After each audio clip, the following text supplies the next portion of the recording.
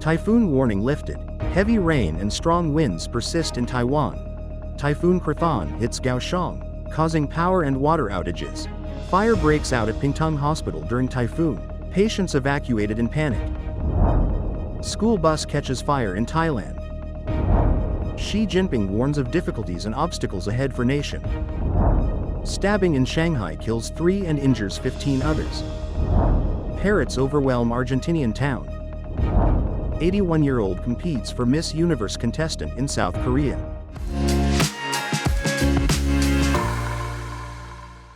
Hello, I'm Johnny. Thank you for joining us on Funday News. It's Friday, October 4th, and here are your top stories. And for today's Taiwan news, the Central Weather Bureau lifted the typhoon warning at 5:30 a.m. today, but a tropical depression and its outer circulation continue to bring heavy rain to 8 counties and cities. Thunderstorm alerts were issued for Keelung, Taipei, and New Taipei until 8:45 a.m. Strong northeast winds are expected to impact coastal areas with gusts up to 9 to 10 Beaufort scale in Matsu and Penghu. Typhoon Krathon made landfall in Kaohsiung at 12:40 p.m. October 3rd, bringing strong winds and heavy rain, resulting in power outages for over 100,000 households. The outages also disrupted water supply for more than 200,000 households.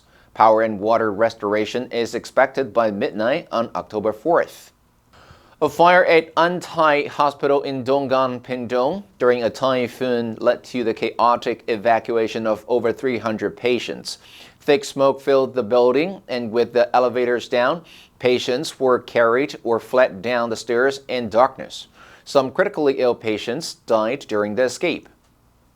And in global news, a bus carrying young students and their teachers on a school trip caught fire in suburban Bangkok on Tuesday, leaving 23 dead, including 20 students and 3 teachers. 19 children and 3 teachers are reported to have survived the fire, with 16 of them being treated in the hospital for injuries. The fire was first reported around noon and was extinguished less than an hour later. But rescuers said they could not board the vehicle for hours, as the heat inside the natural gas-fueled bus could have caused further explosions. Videos from the scene showed flames engulfing the bus as it burned under an overpass, with huge clouds of dense black smoke billowing into the sky. Fire trucks, police, and rescue vehicles were parked around the charred vehicle, with a group of firefighters gathered at the entrance. Prime Minister Paetongtarn Shinawatra said the students were on a field trip from the province of Utai, about 155 miles north of the capital. Witnesses reported that the bus crashed into the concrete barrier dividing the highway just north of Bangkok after a front tire burst. The bus was quickly consumed by an intense fire, and many on board were unable to escape. China's sputtering economy has its worried leaders pulling out all the stops. They have unveiled stimulus measures, offered rare cash handouts, held a surprise meeting to kickstart growth, and tried to shake up an ailing property market with a raft of decisions. All of this in the last week. On Monday, Xi himself spoke of potential dangers and being well prepared to overcome grave challenges, which many believe was a reference to the economy. What is less clear is how the slowdown has affected ordinary Chinese people, whose expectations and frustrations are often heavily censored. But 2 new pieces of research provide insight into China's economic climate. The first, a survey of Chinese attitudes, found growing pessimism and disillusionment. The second, a record of protests, shows a rise in incidents driven by economic grievances. Though incomplete, the findings offer a rare glimpse into the current economic climate and how Chinese people feel about their future. Beyond the crisis in real estate, steep public debt and rising unemployment have hit savings and spending. The world's second-largest economy may miss its 5% growth target this year, a sobering reality for the Chinese Communist Party, which has long relied on economic prosperity to maintain control.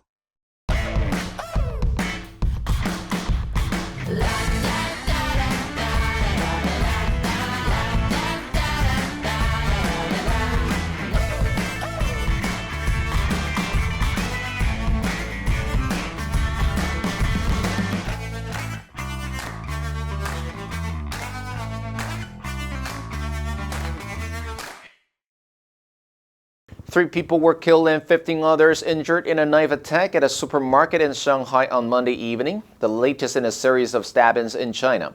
All victims were immediately sent to the hospital for treatment. 3 died despite rescue efforts, while the others are not in life-threatening condition.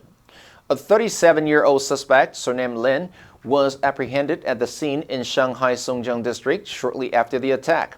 Police stated that Lin carried out the attack to vent his anger due to personal economic disputes. The incident is part of a series of knife attacks across the country this year, including some that targeted foreigners. Last month, a 10-year-old Japanese boy died after being stabbed on his way to a Japanese school in the southern Chinese city of Shenzhen, raising concerns about the safety of Japanese nationals in China. It was the second such attack on a Japanese national after a stabbing in Suzhou in June injured a Japanese woman and her child and killed a Chinese bystander who tried to stop the attacker. In June, a knife attack at a public park in the northeastern Chinese city of Jilin injured 4 U.S. university instructors, none critically. Stabbing as an act of revenge against society is not uncommon in China. The town of Hilario Ascasubi, near Argentina's eastern Atlantic coast, has a parrot problem. Thousands of green, yellow, and red birds have invaded, driven by deforestation in the surrounding hills. They bite through the town's electric cables, causing outages, and are driving residents mad with their incessant screeching and droppings everywhere. Biologist Diana Lara said the hillsides are disappearing, and this is causing them to come closer to the cities to find food, shelter, and water, explaining that much of Argentina's forest land has gradually been lost over the years. In recent years, parrots have started arriving in the town, seeking refuge during autumn and winter. According to locals, at times, there are up to 10 parrots for each of the town's 5,000 human inhabitants. During the summer, the birds migrate south to the cliffs of Patagonia for the breeding season.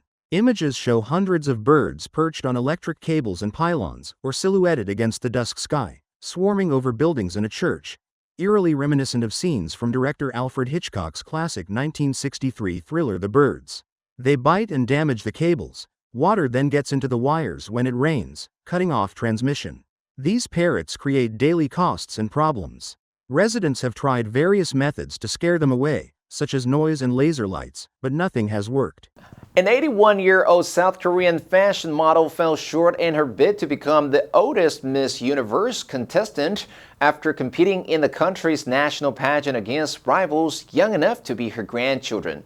Dressed in a beaded white gown, the silver-haired Choi Sun-hwa strutted across the stage and participated in a singing contest at the Miss Universe Korea pageant, held Monday at a hotel in Seoul. She missed out on the crown but took home the Best Dresser award. Choi, a former hospital care worker who began her modeling career in her 70s, was announced as a Miss Universe Korea finalist earlier this month. Choi said, "I want people to look at me and realize that you can live healthier and find joy in life when you find things you want to do and challenge yourself to achieve that dream." It would have been impossible for Choi to compete in the pageant a year ago, as Miss Universe had previously limited participation to women between the ages of 18 and 28. The age limit, which had long drawn criticism, was lifted this year as part of efforts to make the competition more modern and diverse. Organizers also removed the swimsuit competition and eligibility requirements related to education levels, height, and foreign language abilities to open the contest to more women.